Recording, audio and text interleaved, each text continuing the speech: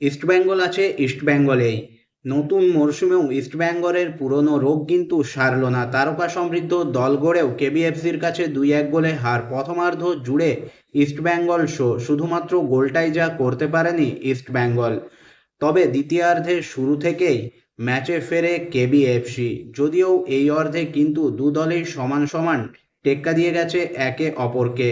দ্বিতীয়ার্ধে কিন্তু প্রথম গোলটা তুলে নেয় ইস্টবেঙ্গলই। ইস্টবেঙ্গলের হয়ে গোল করেন ডায়মন্ড টাকোসের পাস থেকে ইস্টবেঙ্গলের নতুন তারকা পিভি বিষ্ণু।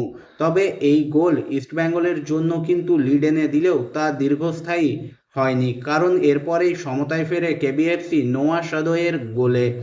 তারপর কেবিএফসির হয়ে জয়সূচক গোলটা আসে 88 মিনিটে পেপ্রার পা থেকে, যার ফলস্বরূপ এগিয়ে গিয়েও 3 পয়েন্ট হাতছাড়া করে 2-1 গোলে পরাজিত হলো ইস্টবেঙ্গল।